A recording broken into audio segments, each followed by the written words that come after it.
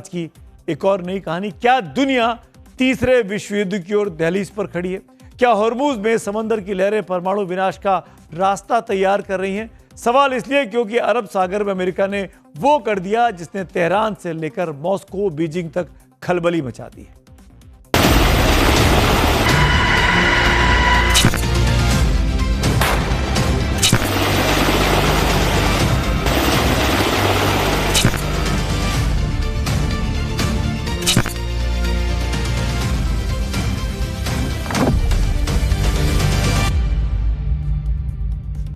पाकिस्तान के इस्लामाबाद में Iran America की प्रतिनिधियों के बीच मंगलवार यानी कल होने वाले दूसरे दौर की बातचीत पर संकट के बादल मंडरा रहे हैं। इस वक्त की बड़ी खबर आ रही है, इस संकट को सुलझाने के लिए अमेरिकी राष्ट्रपति डोनाल्ड ट्रंप ने पाकिस्तान के field marshal general Asim Munir से फोन पर बात की है।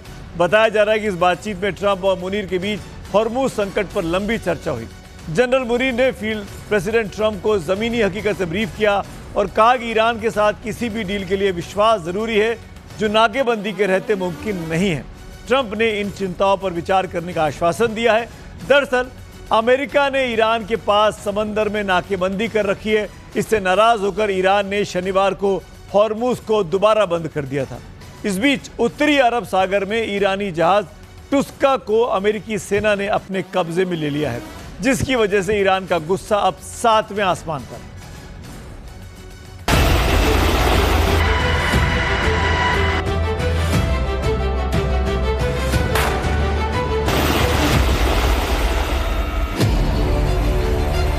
ये वीडियो किसी और ने नहीं बल्कि अमेरिकी सेंट्रल कमांड ने जारी किया है। 19 अप्रैल की तारीख, चीन से आ रहा ईरानी झंडे वाला मालवाहक जहाज MV टोस्का बंदर अब्बास की ओर बढ़ रहा था। अमेरिकी डिस्ट्रॉयर USS स्टुरेंस ने इसे घेरा। 6 घंटे तक चेतावनी दी गई, लेकिन टोस्का नहीं रुका। फिर अमेरिका की 5 इंच की MK-45 गन गरजी, सीधे इंजन रूम पर अटैक हुआ।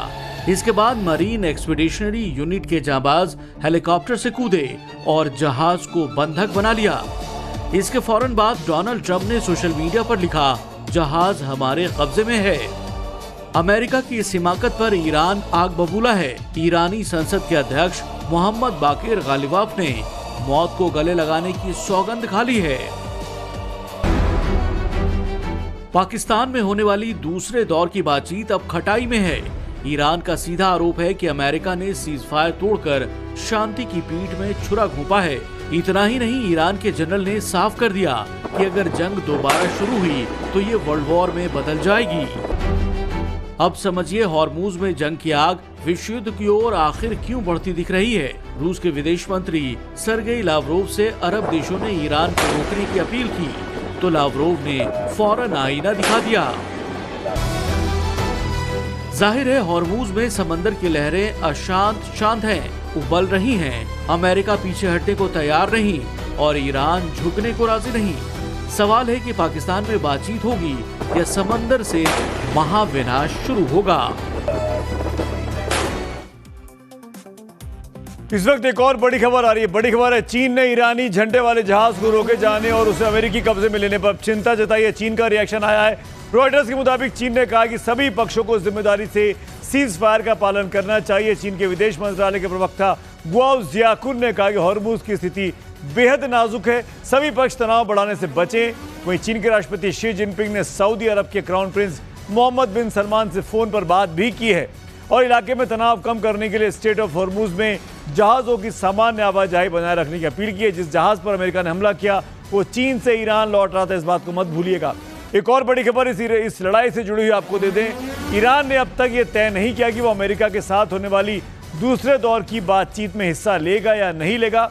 ईरानी विदेश मंत्रालय के प्रवक्ता इस्माइल बगई ने कहा कि फिलहाल अगली बातचीत को लेकर कोई प्लानिंग नहीं है, न इस बारे में कोई फैसला फिलहाल लिया गया। ईरान खासा नाराज है अमेरिका से। इस्माइल बगई ने अमेरिका पर विश्वासघात का आरोप लगाया है।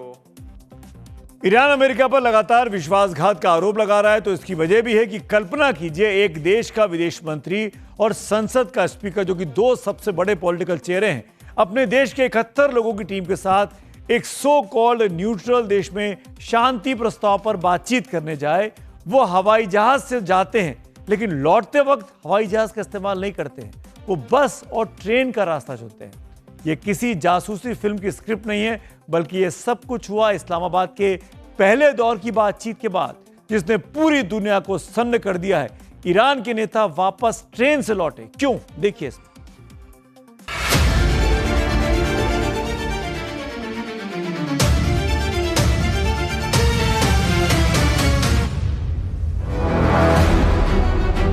दस और 11 अप्रैल की दरमियानी रात को पाकिस्तान के नूर खान एयरपोर्ट पर भारी सुरक्षा में ईरान का मिनाब 168 प्लेन उतरा था। ईरान संसद के अध्यक्ष मोहम्मद गालिबाफ के नेतृत्व में 71 सदस्यीय ईरानी प्रतिनिधिमंडल को रिसीव करने खुद पाकिस्तान के फील्ड मार्शल आसिम मुनीर और विदेश मंत्री इसहाक डार मौजूद थे। 11 अप्रैल को ईरानी टीम की पीएम शहबाज शरीफ के साथ साथ अमेरिकी डेलीगेशन से बातचीत होती रही, लेकिन कोई नतीजा नहीं निकला। इसके बाद ईरान की टीम के सामने सबसे बड़ा टेंशन था सुरक्षित तेहरान पहुंचना,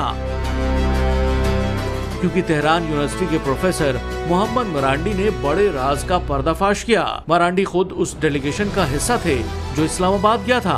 उन्होंने लेबनान के एक न्यूज आउटलेट को बताया कि पाकिस्तान की धरती पर ईरानी प्रतिनिधिमंडल सुरक्षित महसूस नहीं कर रहा था। जरा सोचिए, विदेश मंत्री अब्बास अराक्ची और स्पीकर मोहम्मद बागेर गालिबाफ जैसे वीवीआईपी को अगर बस और ट्रेन से सफर करना पड़ रहा है, तो समझ लीजिए कि पर्दे के पीछे कितना बड़ा खतरा मंडरा रहा था। क्या अमेरिका की खुफिया एजेंसियां उनके पीछे थीं, या फिर ट्रंप के ट्रस्ट डेफिसिट की वजह से ईरान को ऐसा फैसला लेना पड़ा? इधर इस्लामाबाद में दूसरे दौर की बातचीत से पहले ट्रंप ने अमेरिका के फॉक्स न्यूज से बात करते हुए ईरान को फिर चेतावनी दी है। साफ कहा कि अगर ईरान ने इस समझौते पर दस्तखत नहीं किए तो पूरे देश को उड़ा दिया जाएगा। करीब करीब 47 सालों से ईरान और अमेरिका के बीच संबंध नहीं है, राजनीतिक तौर पर या किसी भी तरीके से। ऐसे में विश्वास करना एक दूसरे पर बहुत ही मुश्किल है, और जो कुछ ईरान के नेता कर रहे हैं वो ट्रंप के इस बदलते रुख को देखकर तो समझ में आता है कि ईरान कतई भी ट्रंप पर भरोसा नहीं करना चाहता है। एक और ईरान का ट्रंप पर अविश्वास बढ़ता जा रहा है, तो वहीं अमेरिका में ट्रंप अपने लोगों का भरोसा भी अब खोते जा रहे हैं। अमेरिकी सांसद रो खन्ना ने व्हाइट हाउस पर एक बड़ा आरोप लगा दिया है। रो खन्ना ने कहा कि व्हाइट हाउस ने संसद को यह बताने से साफ इनकार कर दिया है कि ईरान के साथ चल रहे इस युद्ध पर अब तक अमेरिकी खजाने से कितना पैसा खर्चा कर दिया गया है। इस बीच आपको एक बड़ी खबर देते हैं अपने देश की। दिल्ली में अरविंद केजरीवाल का जो मुकदमा है रिक्यूजल वाला जज के खिलाफ, स्वर्णकांता शर्मा जी को हटाना चाहते हैं, उस पर पूर्व मुख्यमंत्री अरविंद केजरीवाल के केस से रिक्यूजल पर दिल्ली हाई कोर्ट की जज जस्टिस स्वर्णकांता शर्मा की अदालत में सुनवाई इस वक्त भी चल रही है। कोर्ट ने कहा कि रिक्यूजल आवेदन में कोई ठोस साक्ष्य नहीं दिया गया है, बल्कि केवल आरोप, संकेत और न्यायाधीश की निष्पक्षता पर संदेह जताया गया है। इस मामले में जस्टिस स्वर्णकांता शर्मा ने विस्तार से अपना जवाब दिया और कहा कि किसी न्यायाधीश की क्षमता का निर्णय उच्चतर न्यायालय करता है, यानी हायर कोर्ट करता है, ना कि कोई वादी करता है। वही आरएसएस या किसी संगठन के कार्यक्रम में जाने पर उन्होंने कहा कि जजों को उनकी न्यायिक भूमिका में आमंत्रित किया जाता है। ऐसे संवाद में किसी भी तरह की राजनीतिक विचारधारा के लिए कोई जगह नहीं होती है।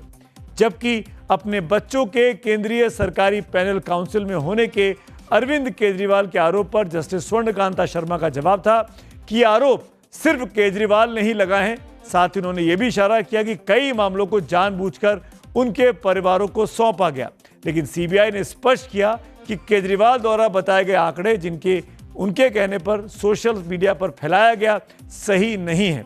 इस पर जस्टिस शर्मा ने यह भी कहा कि अगर नेताओं के बच्चे राजनीति में आ सकते हैं, तो जजों के बच्चे या परिवार के लोग भी वकालत में आ सकते हैं। जब तक वे अपनी मेहनत से आगे बढ़ते हैं और खुद को साबित करते हैं, तब तक सिर्फ उनके पारिवारिक संबंधों के आधार पर उन बच्चों पर सवाल उठाना ठीक नहीं है। बात करते हैं अब कार्यक्रम के आखिर में पब्लिक व्यू की। प्रोफेसर प्रदीप, पक्ष प्रतिपक्ष की नीति और नीयत महत्वपूर्ण है। एसआईआर खेला के पीछे की नीयत केवल वोट बैंक है, तो योजना एक मृत निवेश बनकर रह जाएगी। यदि नीयत राष्ट्र निर्माण की है, तो वो क्षेत्र आर्थिक उन्नति का इंजन बन जाएगा। एक और पब्लिक व्यू ट्रंप के ऊपर। राजीव लिखते हैं, चचा ट्रंप अब नहीं आएंगे कभी सत्ता में। तो आज इन दो पब्लिक व्यू के साथ चक्रव्यूह को समाप्त करते हैं। अब आपसे कल मुलाकात होगी 6:57 पर। तब तक के लिए शुभ रात्रि।